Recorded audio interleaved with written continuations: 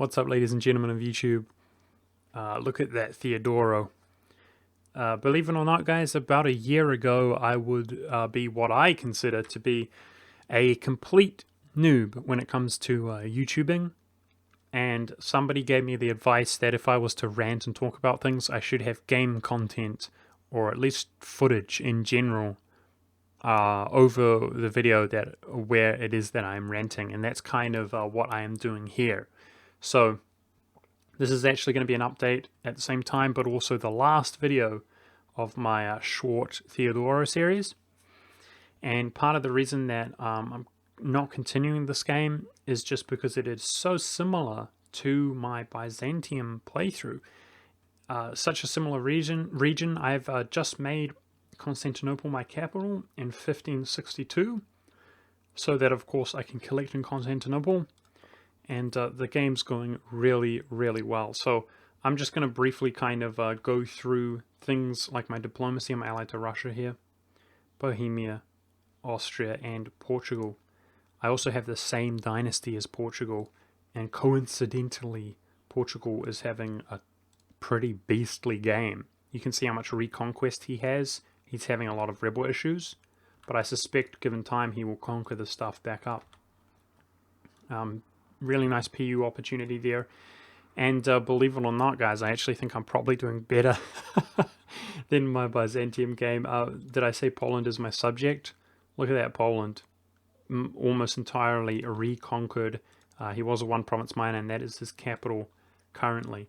Absolutely beastly. With that being said, guys, this is not actually supposed to be the focus of this video. I wanted to talk about a few things. And that was... one of the things I wanted to talk about is when I made the first video in this series just talking about Theodoro, I considered making a full-blown strategy opening move style video as Theodoro because I thought it was a very appropriate time to play them, as they are quite strong now, I would say, personally. Stronger than they have been in the past, much easier. And I noticed that the Muscovites are friendly as Theodoro they were every time, 100% of the time, and they could be acquired quite often as an ally. And I thought that kind of irritates me a little bit. The inconsistencies irritate me a little bit when I'm trying to devise strategies and so on. But I had a sneaking suspicion. I had a feeling, if you will, just a gut feeling, based on what has happened recently on my channel, that I didn't want to put all of the work and the energy in to making a full-blown strategy video. Actually, because most of the videos that I have made lately have kind of been undermined, if you will, by... Paradox, whether intentionally or unintentionally, I don't know. Look at that army attrition, by the way, 96. Absolutely beautiful.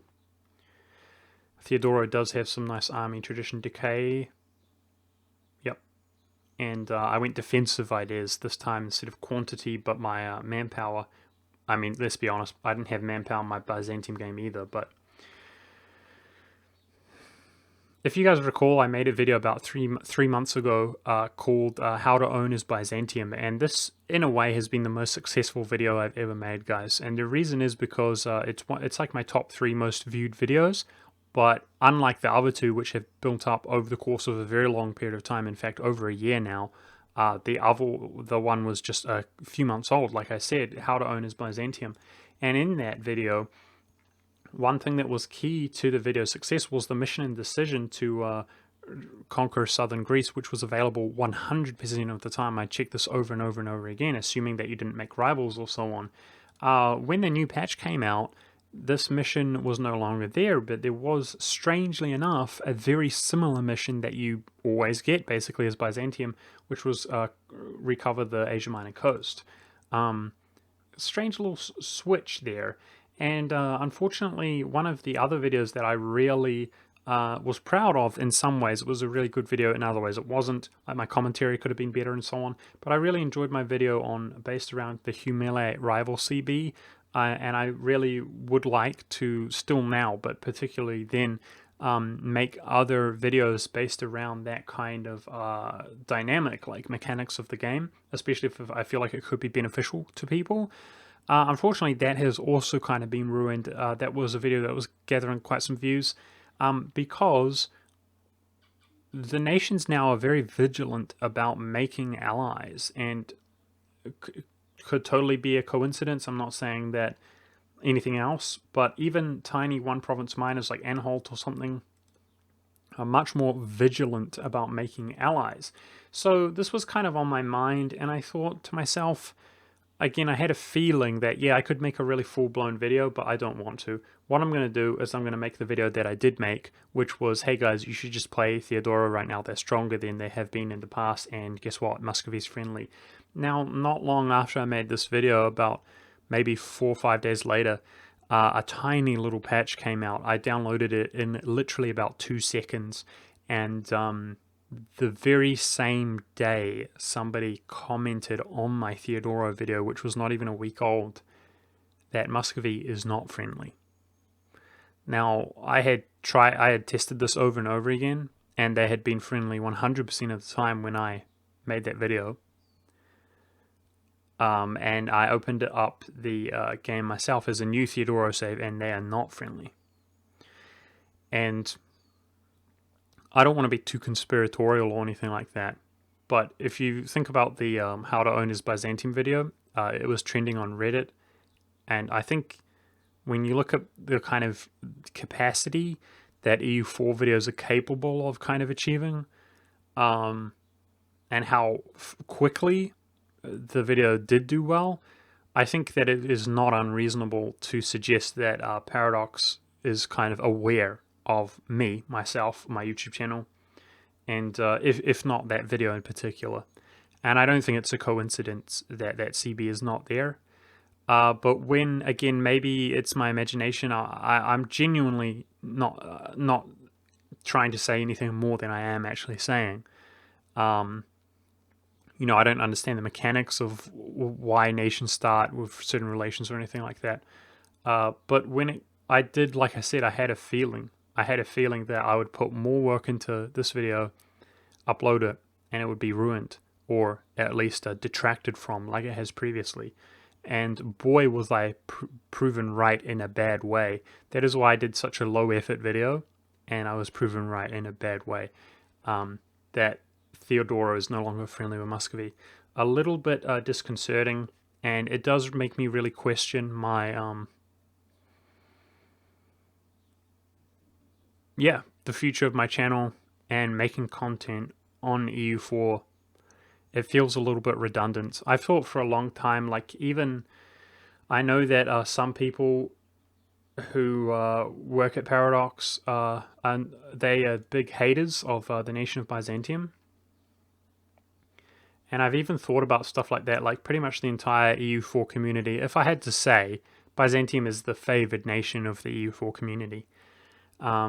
For those of you who don't know, there's 2 starting dates. The second starting date is very close to the first starting date, and that is because that was initially intended to be the starting date, but people were very upset that Byzantium did not exist, and that is why the earlier starting date exists, to where you can play as Byzantium. Paradox has made changes to EU4, like adding a higher naval force limit, because it used to be ridiculous back in the day. You'd play a nation like Hungary, which is quite powerful, like a major power. They can become a great power fairly quickly, and you have a port, but yet because you only had 1 province, you used to have, like, I think it was two force limit, naval force limit, which was stupid, right? Why shouldn't you be able to build more ships? So they ended up changing the game to facilitate that. A big nation should be able to build more ships, and you always have a base of 10 naval force limit. So in Hungary's case, he could build 12 ships. But they also made it so that you also had some ships proportional to your force limit, because it's kind of silly to insinuate that you begin a game and you've never had a ship until that point, right?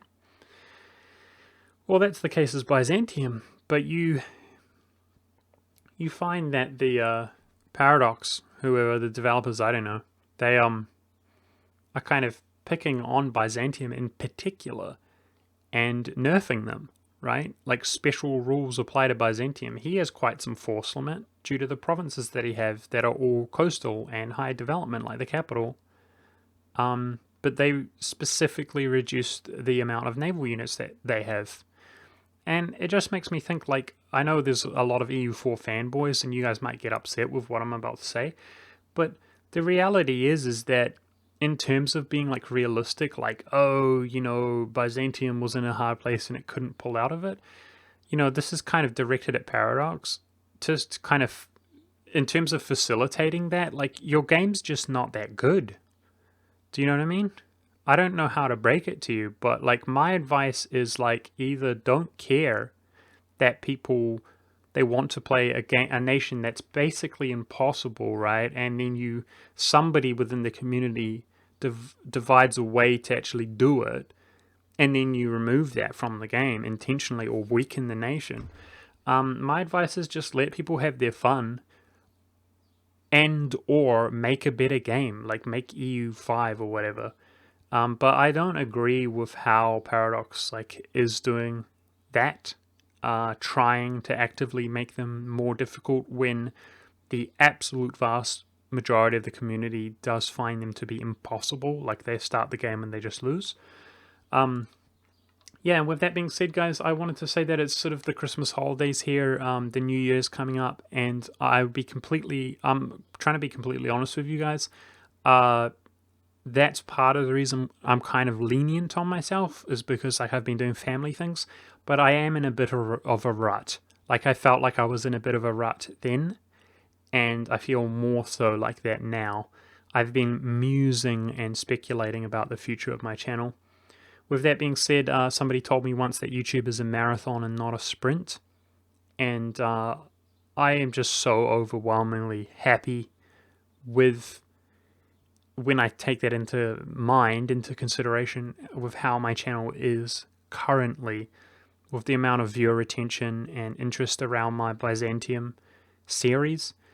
I'm not gonna lie, guys, it's actually more than I ever thought like I'd be capable of, I suppose, in terms of YouTubing, and I'm so grateful for that.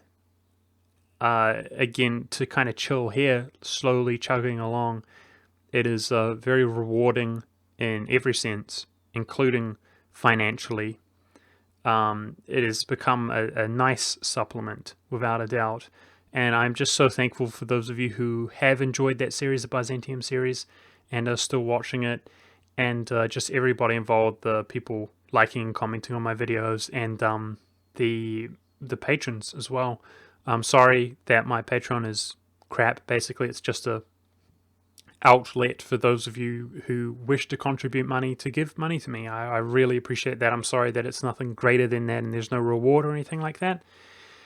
But I thought at the end of the day, guys, there's a lot of people who followed my channel who expected more than just me playing EU4 and uploading a video every day. So to those people, I'm sorry, and just keep in mind that with that marathon mentality, I do plan to ultimately reach a good destination. I do plan to upload more unique and hopefully quality content, and thank you for sticking around in the meantime.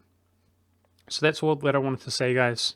I hope that everybody has a great end of the year and really prosperous 2018, I suppose, next year. How crazy is that? Thank you very much for watching, and I'll see you in another video.